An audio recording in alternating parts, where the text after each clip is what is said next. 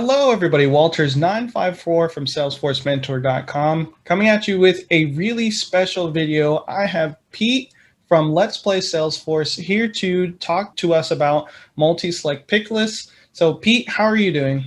I am excellent. I'm enjoying my Saturday afternoon. I am well caffeinated and well prepared. Gotta always be caffeinated. So, we're going to be talking about MultiSelect Picklist. They are kind of like the black sheep of Salesforce fields, custom fields. So they're really great for user experience and being able to select multiple values that are locked in. So it gives you a lot of really great control. On the flip side of that, what you kind of miss out on is some of the reporting capabilities, and you get kind of stuck in a specific mode in terms of using the delimiters and having to do some weird things when you're using formula fields. So Pete has come up with a solution or built some really cool automation that will help us understand how to get the capabilities from the user experience and the good part about it, but also have our cake and eat it too, where we can do the reporting and some of the development things that we want to do. So Pete, go ahead and take it away. All right. We get two different personas that we're really trying to solve for here. So let's talk about an example use case. Let's say that we have people registering for a banquet, and perhaps those people are going to have dietary restrictions. In fact, you can almost imagine it's guaranteed that you will have at least one person who doesn't like what you put on their plate. I was a cook for 12 years, and we saw it all the time. So I'm going to create one of these new registrations. It's my job to get this data into the system. And so with all of these different options that we have, I've got about 26 different options here, everything from like, peanut allergy or lactose intolerant, all the way down to pica and, fussy baby hates everything. And this is the real world. It happens, people are just never going to be satisfied. So it's really easy for me as an end user to just kind of pick a few things right here, click this little button and save my record. But where we run into a problem is not only just with the formula functions, et cetera, but still hanging out in the end user land. Now I'm going to be the chef logging in. I'm going to view my report here. I just created a new one. There we go. And now I need to answer a simple question. How many people attending this banquet are lactose intolerant? And so what I'm going to have to do is I'm going to have to look at these multi-select fields. And we see that when there's a lot of options, they get cut off and I have to hover. And now I'm just trying to do my job. But I've got this reporting nightmare to work with, because in order to serve one user a clean and efficient experience, we have to cause another user to have a terrible one. And we're not even talking about the pain that the admin or developer has to go through to try and wrangle this field in. So what are some of our other options? Well, maybe I could have created 26 checkboxes, but then I've got to have 26 columns on my report. And every time that the latest and greatest fad diet comes out, we're going to have to add that in as well. So it's not, it creates some technical debt, and it's kind of a maintenance nightmare. And that's a really wide, ugly report that isn't particularly informative. Now, the other thing that we could do is we could tell that user, sorry, instead of using this fancy multi-select pick list that was very clean for your data entry, you're instead going to have to create a child record for each restriction that they have. And again, people can be quite fussy, so you're going to be here for a while, especially if you have a lot of registrations to put in. So how can we have our cake and eat it too? Now, again, I know that somewhere out there, Steve Mo's ears just started burning, and he's underway with a small fit of Tourette's because somebody said, yes, we should use a multi-select pick list. I absolutely think you should. You should solve for the person who's inputting these banquet registrations to give them a clean and efficient experience, because if you don't, they're not going to put in quality data. You're going to have poor insights. You're going to end up cooking the wrong food, and you're going to alienate your customer base. So we do need to kind of cater to the need of that user to be able to put this data in quickly. But you'll notice when I created this record, all I did was I filled out this multi-select pick list, but all of these options populated for me. So what's going on behind the scenes here? Well, let's try it again and see what happens. Let's say that this person is not quite as fussy. but they do legitimately have a peanut allergy. So we're going to keep that one on there. Go ahead and save the record. Well, look at this. Our list updated. It's like magic. Where is this coming from? It's science. So now let's try adding all 26 restrictions, some of which are actually contradictory. And we've got on this list view, all 26 options came through. And that was pretty fast too. So now that we have these child rows that are being created automatically, now as a chef, what can I expect to see? Well, I can hop over to this report and we see again, with just looking at the multi-selects, it's, you know, it's kind of ugly. But what about this? What if we had this report instead? I see I've got 3 that are halal.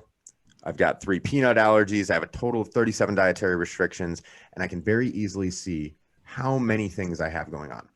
Well, the way that we have achieved this, clicks not code, we built a flow. So let's dive in.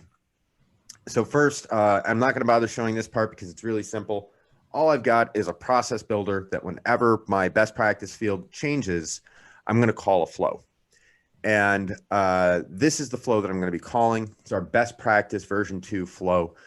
This is available as an unmanaged package if you want to take a look at how it works under the hood. And I would recommend that because some of the formulas are a little, they're a little fuzzy. You might, you know, it's not necessarily going to be something that you can just take a screenshot of and reproduce, but you can install the package and take the formulas apart for yourself. So the first thing that's going to happen here when we enter into this flow is it's going to capture the record of the banquet registration that triggered the process builder. The process builder is going to pass in the banquet ID variable. Now, the important thing to know is that when you create this variable, you do want to make sure that it's set to input. You can also use the record ID variable, which is just kind of automatic, but that's more for an embedded page context. And we're just going to grab the fields that we need to be able to run the flow. So the next thing that we're going to do is we're going to ask, are you a return customer? Because you'll notice that when I edited the record, you know, it created all of these again. So I didn't want to have to, when I was building this out, if we've got our list of 26 options, there could be 3 different contexts in which the flow is being called. Either we have created our banquet registration for the first time and all of the best practices or all of the dietary restrictions that we have are going to be net new and we just want to create them all. Or I could be editing them, in which case maybe some need to be created and some need to be deleted and some need to be, you know, moved around. That just seemed like a real nightmare. Now, since the only thing that we need to know about these records is their name, what we're actually going to do is if there's any there already, we're just going to delete them out. So I've got a roll-up summary field that tells us how many of our child records we already have. If that value is greater than 0, we're going to drop down here and we're going to delete the old data. And then regardless, what we're going to do is flatten out this MultiSelect pick list. Now, one really powerful feature that's not commonly known about that flows have is that they have the ability to convert a MultiSelect pick list into a semicolon delimited string. And the way that we do that is we just have this variable called flat restrictions, and it takes the special requests from our registration and it flattens it out into a text variable. So now we no longer have a multi-select, which behind the scenes, it's kind of living as an array. We now have a scalar value, just a string. In other words, it's very much what you see in this report, except it's text. So now all of our normal formula functions are reopened. We're no longer trapped in the world where we only have the includes function. And I've seen some real nightmare formula fields around the includes function. You don't want to go there. This is, in my opinion, a little bit easier to work with. So now we have 3 big formulas that we're working with here. What we're going to do is we're going to take that multi-select string and we're going to chop it into pieces. All right, so let's actually run this through the debugger. And we're going to show what's happening here because there's a couple of formulas right here. It's going to be this restriction and next restriction. Because ultimately what we have to do is we have to look at that semicolon delimited list, grab the first value, create a record for it, and then remove that from the list so that we're chopping it as we go. So I'm going to debug this, and we're going to debug it on the canvas. What do you mean I have unsaved changes? Sure. Rock it out. I've actually never used the canvas mode. Yeah, I was about to say, good luck with that one. So apparently this shows you like the node path is a new Winter 21 feature. So let's take a look. The flow has completed. It started when I ran the interview or the flow interview, and it passes in the banquet ID or the banquet registration ID, pulls in all of those records. And we see that because that roll-up summary is greater than 0, we have 26 in fact, it's going to go and purge out all the data.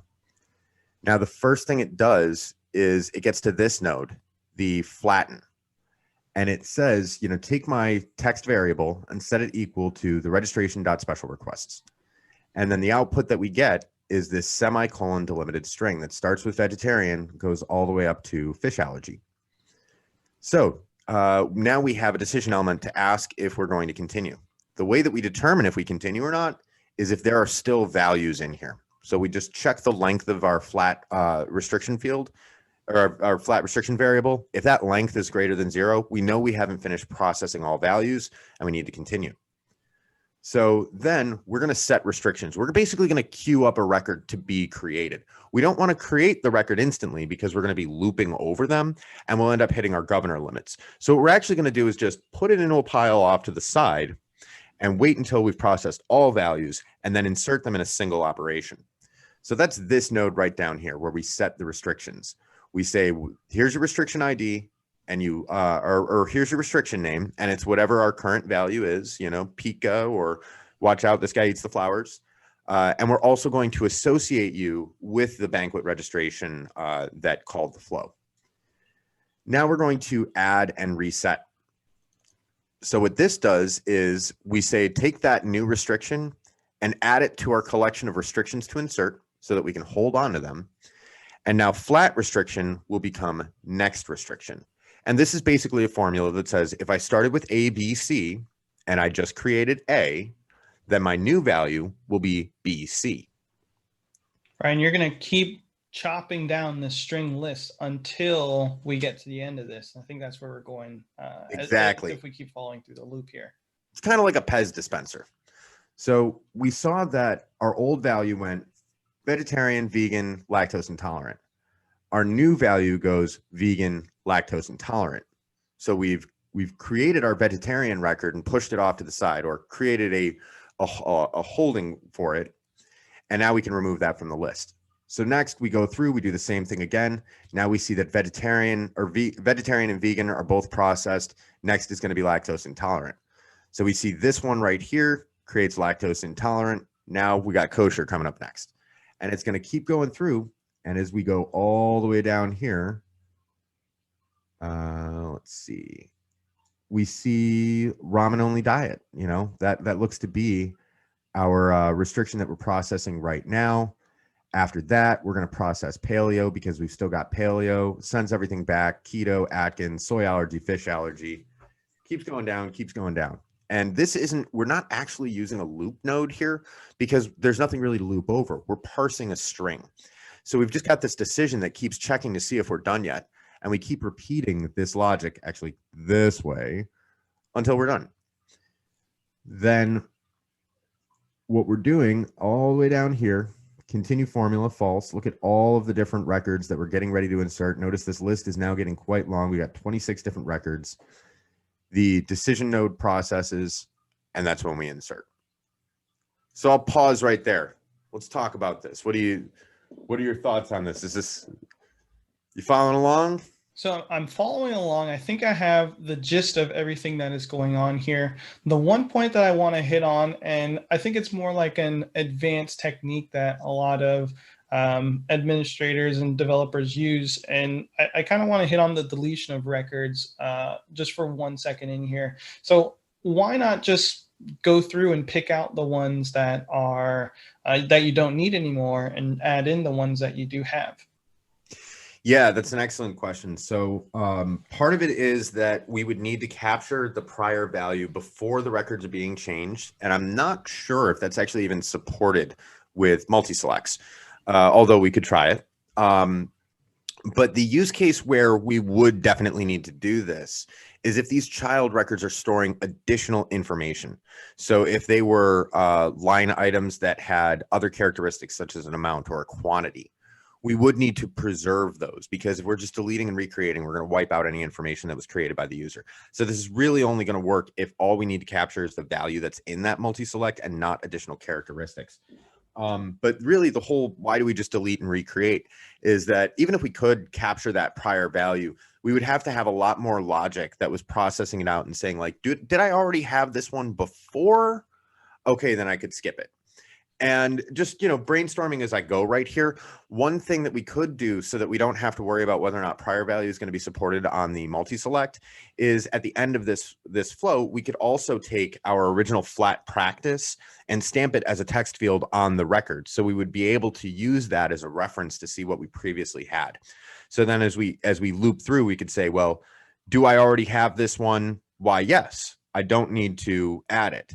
But we would also have to loop through and say, well, do I no longer have this one? Well, then I need to delete it. And we would basically be creating all of these different piles and saying, you're going over here and you're going over there. I thought it was just simpler to just say, delete and recreate. Right. And you're going to end up with some very spammy auto number fields, some very high, like this is the dietary restriction number 4 million. But we're not chewing up our data cap all that bad, because at most, we have 26 children per parent. But scalability and data storage is a consideration with this. So if you have 1,000 Picklist options, which I believe you can, I know with regular Picklist it goes up to 1,000. It's not recommended, but you could have them. Yeah, you don't want to do that, because then you could potentially be creating hundreds and hundreds of records every time that you're tapping the system. You could chew up your data storage extremely quickly. So. But if you do have a use case where, and again, in that use case, you're certainly not going to create 1,000 checkboxes. If you do have a manageable use case here, I think this is a good scalable solution. And I have actually implemented this for a couple of different clients. Nice. And in one instance of this, it was even a little bit more convoluted, because they had the services that we are charging full price for, the services that we are charging a reduced price for, and the services that we are including for free. There were 38 values in each of these multi-select pick lists. They were all the same. So when they brought their reporting nightmare to me and they just wanted to know what percentage of these records include a particular service at full price, we can't answer that with our report. Mm-hmm. So what are we to do? And immediately I also pointed out the glaringly obvious flaw. Well, what happens when a user selects the same value for both full price and free? So now we've got a data integrity issue, because we're not, and we can't just use, like, imagine the validation rule that says if any of, if includes, and this one includes, or this one includes, you're going to hit your formula cap. You're not going to be able to create that formula anyway. So instead, what we did was we had a flow like this that parsed out each of those 3 lists. But what it would do is on the child record, it would have that second characteristic of, which service are we providing? And is it, then there was a second field that would tell us, is it full, is it discounted, or is it free? Right. So we were able to kind of handle that in a little bit more elegant of a way. But also, as we went through, we said, if you were also a member of the previous one that we just processed, we're going to add you to a list of duplicate values.